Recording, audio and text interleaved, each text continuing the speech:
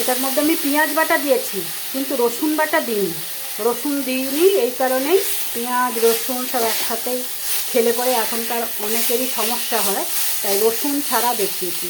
এটা খেতেও খুব ভালো লাগে। এবারে মশলাটা আমার ভাজা হয়ে গেছে, এবার এর মধ্যেই আমি একটু জল দিয়ে দিলাম।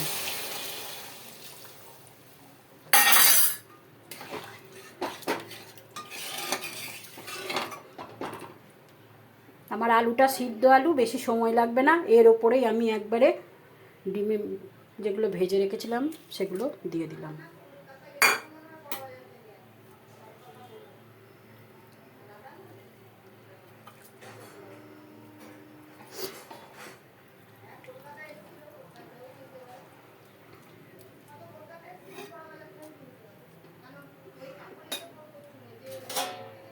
এবার ঢাকা দিয়ে দিলাম 10 মিনিটের জন্যে।